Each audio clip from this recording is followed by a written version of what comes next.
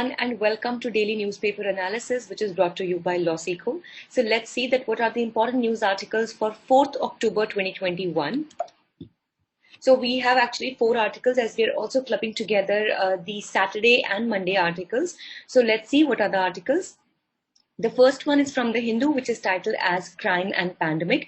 So this article analyzes the impact of COVID-19 pandemic that has had on the crime. As recently we know, the report for the NCRB has been revealed. So what is the recent trend in the crimes in India will be discussed here.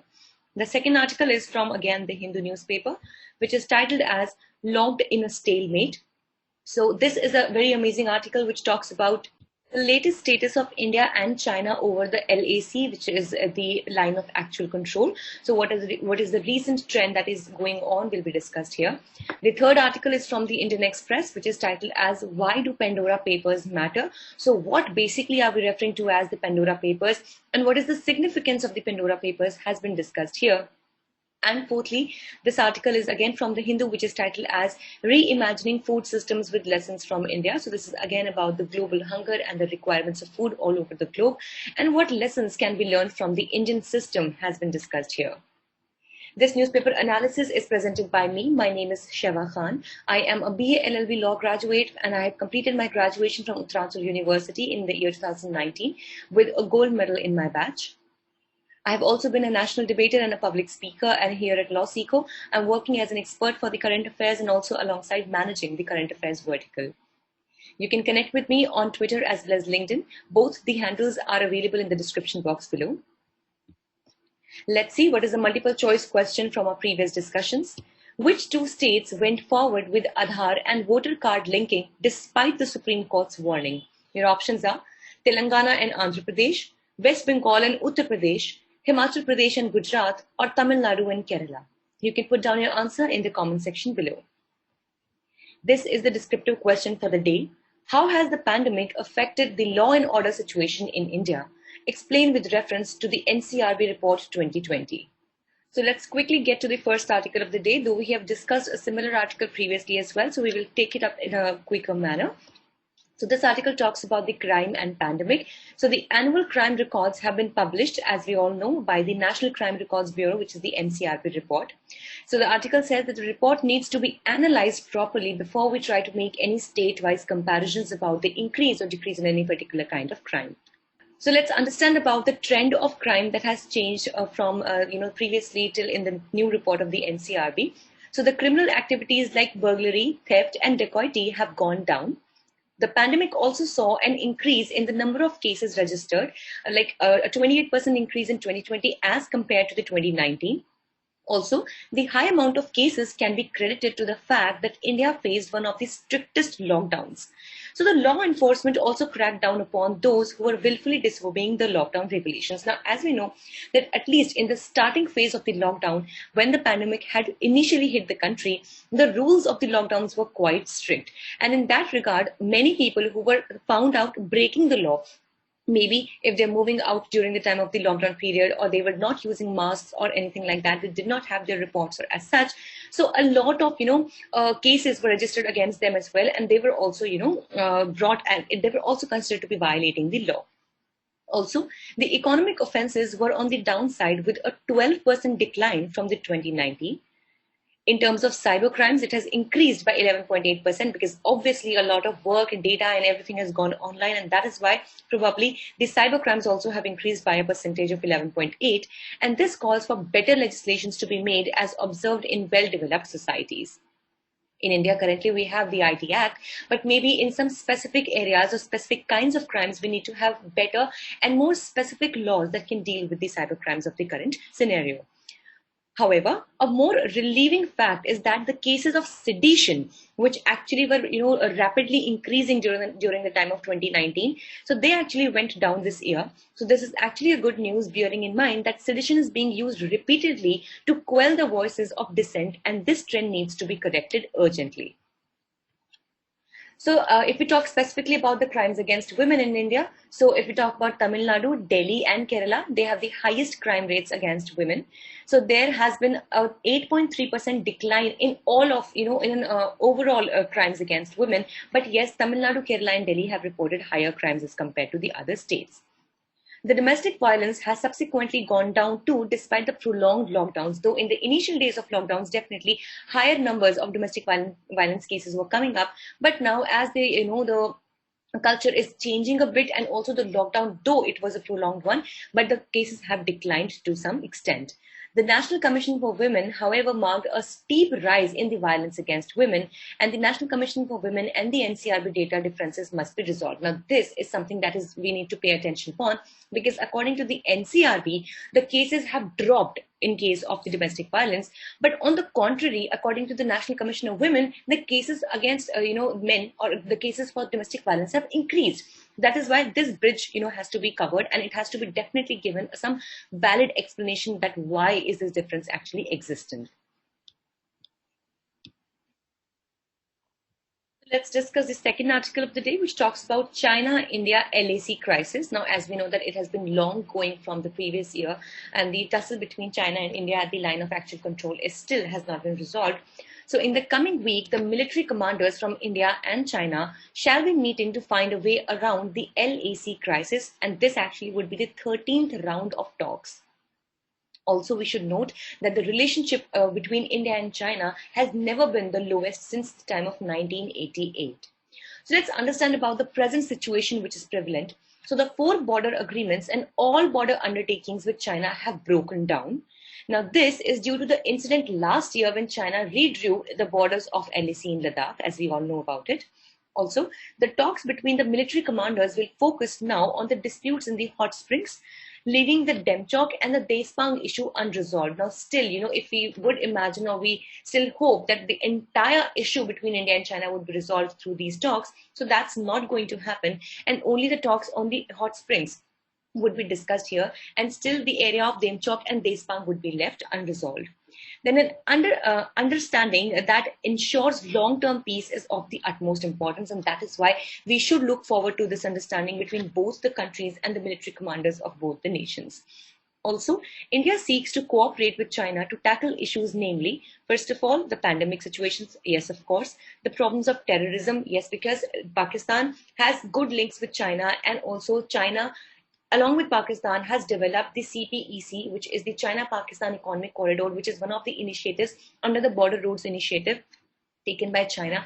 And that is why India can use the influence of China to make sure that Pakistan does not percolate any kind of terrorism into the Indian side. And that is why China, or China's command over here, can play a very important role. And thirdly, talks over the Afghanistan build-up. So yes, of course, because we know the situation going on currently in Afghanistan. So in that situation also China can play an important role. So yes.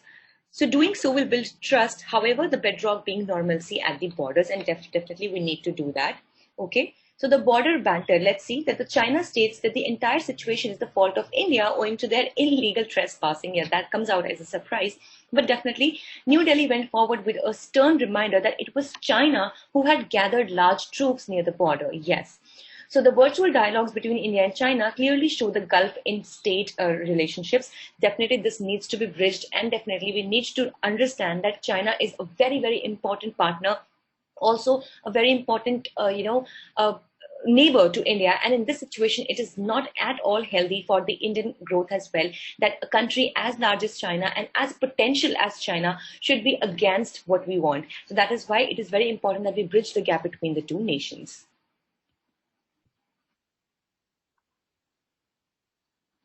Let's discuss the third article for the day, which talks about the Pandora paper and related Indian laws. Now, for understanding the context of this article, first thing that we need to know and understand is that what do we actually mean by the Pandora papers? So, basically, Pandora papers are the 11.9 million leaked files from 11 global corporate service firms. Now, the kind of information that these files carry is the reason why we call them as the Pandora paper. Now, I hope you remember that when we used to learn basic English and English, English language as such. So we used to know about the Pandora box, that it's better it does not open the Pandora box. That basically means a box of mischiefs, a box that has all the secrets. Similarly, the Pandora papers are also those files that have all the secrets, and they have a lot of leaked information. they are leaked, which have a lot of sensitive information. So the Pandora papers contain the details of individuals who have set up offshore trusts in tax havens. Now here, two things are important. Firstly, the offshore trust, and the second, the tax havens. Now, by the offshore trust, we mean that some trust, some kind of accumulation of money that is outside the territory of the country. And tax havens is any area, any country, any jurisdiction that has any kind of, relaxations on the taxes, which ultimately helps them save a lot of money in the name of black money. So the paper contains at least 380 prominent Indian names as well. So the Indian legislations on trust, let's understand. So we have the Indian Trusts Act of 1882, which does not recognize trusts as a separate legal entity. So basically it has the, the act is there, but it does not recognize trust as a separate legal entity. However, it does recognize the trust set up in other jurisdictions, but not as a separate legal entity. So let's understand that what are the complications of having the offshore trusts and why they are not so much encouraged. So the offshore trusts are shrouded in secrecy due to the privacy laws of the respective jurisdictions. Now here, for example, a person A has an offshore trust in a country, let's say XYZ. Now, this depends on the rules and regulations, the jurisdiction of this country XYZ, as to how much information would be possible to be made available to the country to which this person A belongs. In this situation, what happens is that there is a greater chances of having secrecy and also hiding a lot of information in the name of those trusts. Now, there are some notable advantages also. Firstly, like to maintain a degree of separation to insulate the assets from the creditors. Yes, of course. So basically, you can not really tell about your assets to all the creditors. Then the intangible and tight secrecy that the jurisdiction has to offer. So maybe that also, because this can actually make you hide or hoard your property, and that is why, in case, let's say you go bankrupt also, so even if the bank would want to take away your property and it does not even know that you have that XYZ property, it will not be able to do so. And in this case, you can actually hide your property, though yes, legally it does not sound very good an idea, but yes, it is something that is available to a lot of people. So also to avoid the taxes, and guys, now see, when we're talking about the notable advantages, these are not really advantages in the real sense, but yes, of course, these are advantages to people who really want to hide their assets and who want to do such activities which are not really, good in the eyes of law. So they can, of course, avoid the taxes in the guise of planning, where often the assets are placed under a trust. Also, the NRIs are made beneficiaries so that they are taxed only on their net income from India. So that's a very smart way of doing this. And it offers flexibility options to a capital control economy as well. So if we try to understand about the income tax, what is the angle or what is the purview of the income tax on the offshore trusts? So there exists some gray areas with regards to the offshore trust, and that is why even the income tax or the rules of income tax in India are not very clear and precise when it comes to the offshore trusts. So since the promulgation of the Black Money Act 2015, the tax department have been asking the resident Indians who are beneficiaries in foreign trusts for statements and clarifications so that at least some documentation of the offshore trusts can be done. But still, the NRIs are exempted from this. And of course, that actually gives the benefits to these people to make use of these loopholes. So if the NRIs are acting on behalf of resident Indians, then they shall be taxed too based on the relevant provisions. With this, let's discuss the last article for the day, which talks about food security. So the United Nations Food Systems Summit 2021 was held recently, which recognized growing hunger unfolding. And we also know that there is also Sustainable Development Goal number 2, which talks about zero hunger. So that it says that the hunger should be eliminated whatsoever and from all the parts of the world. The United Nations recognized that changing the food system is necessary in achieving the Sustainable Development Agenda 2030. And as we know that we have to achieve it by 2030, we only have a few years left to go, and that's why we need to speed up in our efforts. So let's see that what can India as a nation teach to the rest of the world in this regard. So India has a long tryst with food insecurity. All of us know about it because at the time of the Indian independence, 1947, India was in a dire situation wherein food scarcity was one big problem.